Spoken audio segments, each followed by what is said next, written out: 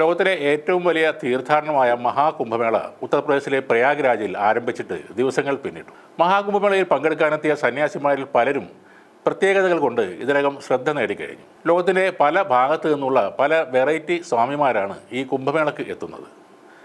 നേരത്തെ പറഞ്ഞ ചായ്വാല ബാബ അതിൽ പ്രധാനിയാണ്. 40 വർഷമായി മൗനവ്രതത്തിൽ കഴിയുന്ന ഒരു സന്യാസിയാണ് ഇയാൾ. ശരിക്കുള്ള പേര് ദിനേഷ് സ്വരൂപ് ബ്രഹ്മചാരി എന്നാണ്. മൗനവ്രതമാണെങ്കിലും കഴിഞ്ഞ 40 വർഷമായി IAS നേടാൻ ആഗ്രഹിക്കുന്ന വിദ്യാർത്ഥികളെ പഠിപ്പിച്ചു വരികയാണ് ഈ ചായ്വാല സ്വാമി.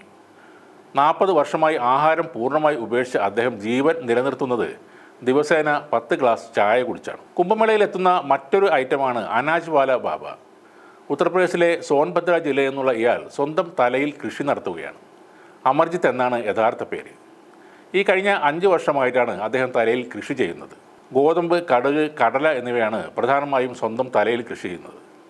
എല്ലാ ദിവസവും അദ്ദേഹം കൃത്യമായി വെള്ളവും വളവുമൊക്കെ ഈ ചെടികൾക്ക് നൽകുന്നുമുണ്ട്. ഉയരം കൊണ്ട് ശ്രദ്ധേയനായി മാറിയിരിക്കുകയാണ് റഷ്യക്കാരനായ മസ്കുലർ ബാബ. നേപ്പാളിൽ നിന്നാണ് മസ്കുലർ ബാബ കുംഭമേളയിൽ പങ്കെടുക്കാനായി എത്തിയിരിക്കുന്നത്. ആത്മ പ്രേംഗിരി മഹാരാജ് എന്നാണ് അദ്ദേഹത്തിൻ്റെ ശരിയായ പേര്.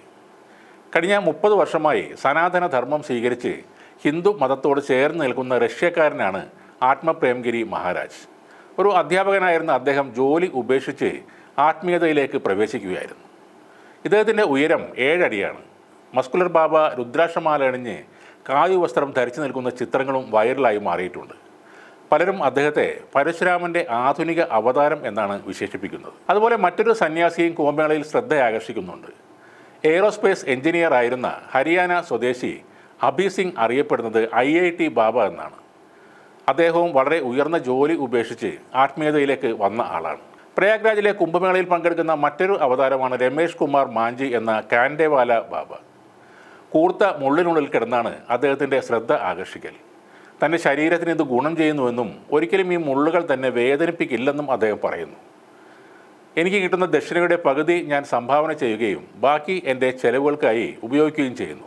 ഇതാണ് ഈ കാൻഡേവാല ബാബ ANIയോട് പറഞ്ഞത്. ലോകത്തിലെ ഏറ്റവും വലിയ ഹിന്ദു ആത്മീയ സമ്മേളനം അന്താരാഷ്ട്ര പ്രതിനിധികളുടെ പങ്കാളിത്തം കൊണ്ടും ഇപ്പോൾ ശ്രദ്ധ ആകർഷിക്കുകയാണ്. Fiji, Finland, Guyana, Malaysia, Mauritius, Singapore, ദക്ഷിണാഫ്രിക്ക, Sri Lanka, Trinidad and Tobago, UAE തുടങ്ങിയ രാജ്യങ്ങളിൽ നിന്നുള്ള അനേകം പേരാണ് ഈ കുംഭമേളയിൽ പങ്കെടുക്കാൻ പ്രയാഗ്രാജിലേക്ക് ഇപ്പോൾ എത്തുന്നത്.